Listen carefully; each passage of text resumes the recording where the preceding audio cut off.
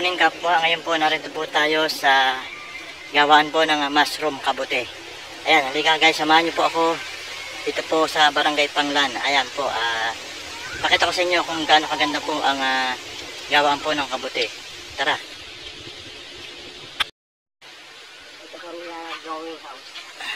Ayan kapwa, ito yung mushroom na pakita ko sa inyo. Ilang buwan na to?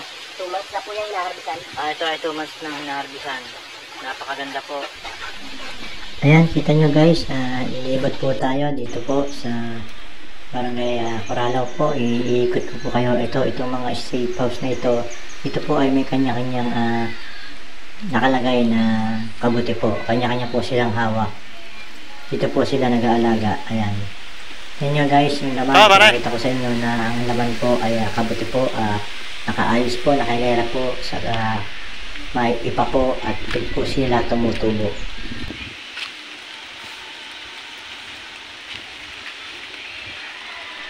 Ayan, shout out po pala sa Team Eagle Squad. Ayan, Admin El Potente. Ayan, sa ating mga bagong kaibigan dyan. Ayan, sa mga taga-Mahihay dyan, sa mga kagawad ng barangay. Ayan, shout out po sa inyo.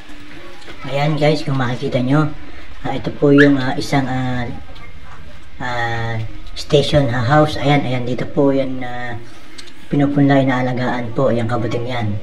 Ito po ay ang lagayan po nito at ipa. Ayan, nakahilera po bawat isa. Kung makikita nyo, napakaganda po ng tubo ng bawat kabute.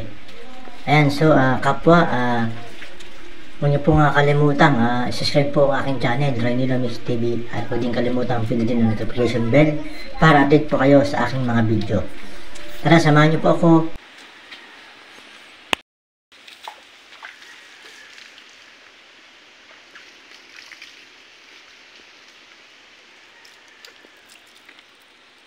Ito po ay kapwa ay isang proyekto, livelihood program. Ayan, ang unang-una po rito ay 4-piece. Ayan, mga 4-piece po.